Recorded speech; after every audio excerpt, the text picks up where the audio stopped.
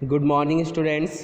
तो आज के लेक्चर में हम CMAD का एक इम्पॉर्टेंट टॉपिक लेबर एक्ट के बारे में पढ़ेंगे। लेबर एक्ट मीन्स हिंदी में अगर मैं बात करूं तो श्रमिक अधिनियम।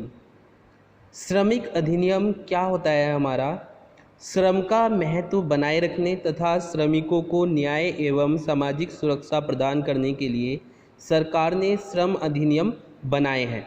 ठीक है, श्रमिकों को सामाजिक न्याय दिलाने के लिए कानून आवश्यक हैं, इसलिए सरकार ने ये नियम बनाए हैं।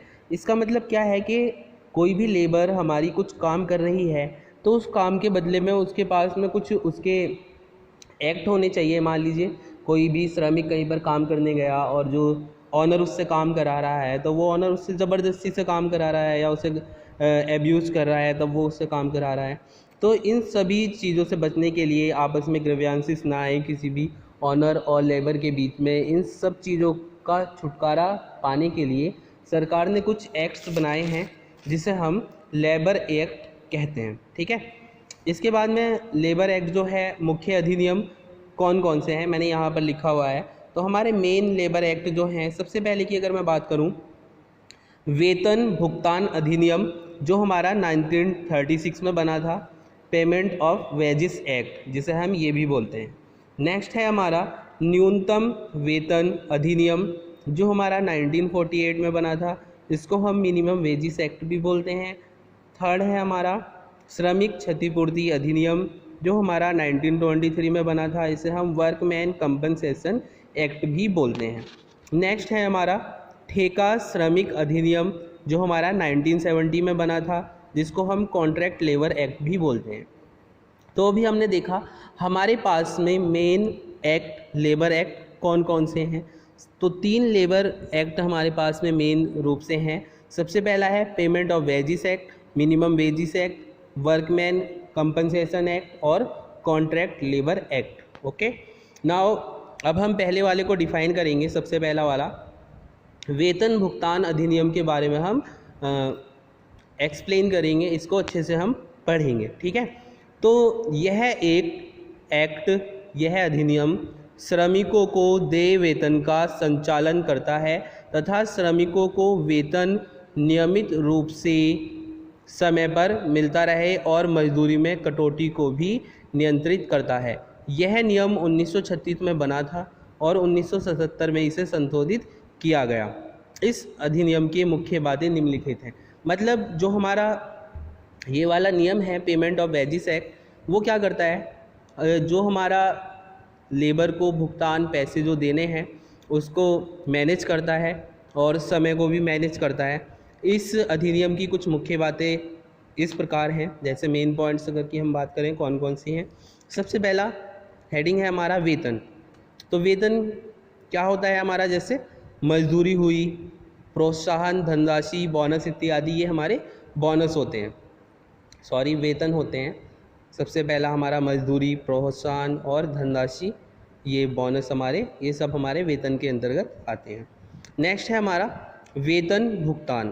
तो वेतन भुगतान क्या होता है, नियोक्ता प्रबंधकों द्वारा श्रमिकों को अगले मास की 7 तारीख तक इसकी मजदूरी का भुगतान करना होगा। मतलब इस नियम में यह बताया गया कि जो भी श्रमिक किसी भी कंपनी या किसी भी ऑर्गेनाइजेशन कहीं पर भी काम कर रहा है तो वहाँ की ऑर्गेनाइजेशन या मैनेजर को उस श्रमिक को अगले महीने की 7 तारीख तक उसकी सैलरी देनी पड़ेगी।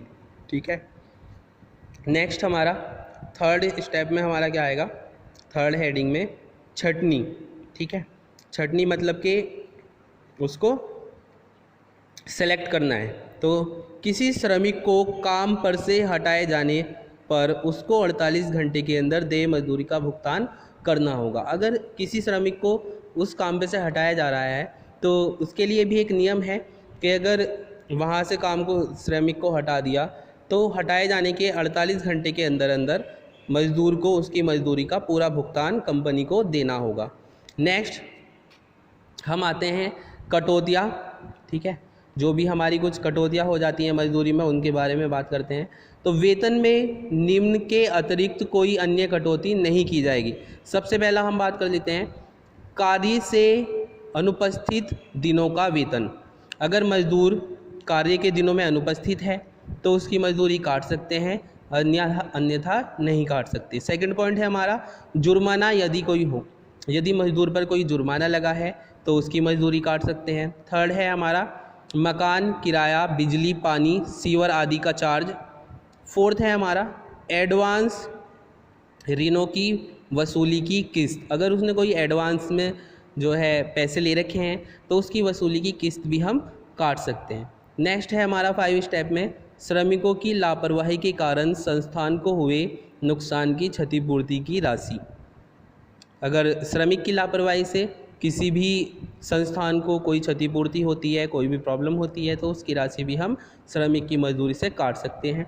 नेक्स्ट 6 स्टेप में है भविष्य निधि बीमा की किस्त, अगर कंपनी ने उसका कोई बीमा या इस प्रकार की कोई भी पॉलिसी कराई है तो कंपनी उसकी किस्त भी काट सकती है, आयकर यदि लागू होता है। ठीक है, तो ये हमारी कुछ कटौतियाँ हैं, मेन कटौतियाँ। इनके अलावा श्रमिकों की मजदूरी में कोई और कटौती नहीं की जाएगी। नाउ अब हम दूसरे नियम की बात कर लेते हैं। दूसरा नियम है हमारा न्यूनतम वेतन अधिनियम। ठीक है, न्यूनतम वेतन मतलब मिनिमम वेजेस एक्ट। तो मिनिमम वेजेस एक्ट हमारा क्यों बनाया गया है, इसमें बताया गया है कि कोई भी मजदूर अगर काम कर रहा है तो उस मजदूर को मिनिमम मजदूरी कितनी देनी होगी, ये इस एक्ट में बनाया गया है। ठीक है, तो ये एक्ट हमारा 1948 में पारित हुआ था। यह श्रमिकों को न्यूनतम वेतन प्रदान करने के लिए बाध्य करता है। ऐसा एक्ट विकासशील देशों के लिए ज़रूरी होता है। ठीक है, मतलब अगर ये एक्ट ना हो तो हो सकता है कि मजदूर को उसकी मजदूरी पूरी ना मिले, इसलिए ये एक्ट जो है सरकार ने पारित किया था। ठीक है, नेक्स्ट इसी में ही है हमारा श्रमिकों का न्यूनतम वेतन इस आधार पर निर्धारित किया जाता है कि ये लोग भोजन, कपड़ा, मकान आदि की अपनी मूल आवश्यकताओं को पूरा कर सकें और समाज में एक भले नागरिक की तरह अपने स्तर के अनुसार जीवन यापन कर सकें। मतलब जो भी इनका न्यूनतम वेतन अधिनियम में जो मजदूरी बनाई गई है वो इसको देखते हुए बनाई गई है कि जो हमारा लेबर वाला जो पॉपुलेशन है, जो हमारी मजदूर वाली पॉपुलेशन है, उसको कम से कम मिनिमम इतनी सैलरी मिल जाए कि वो अपना कपड़ा, मकान और रहने की इस समाज में अच्छे से व्यवस्था कर सके। नाउ आई होप कि आपकी ये सब समझ में आया होगा। अच्छे से इस लेक्चर को पढ़ें। ओके।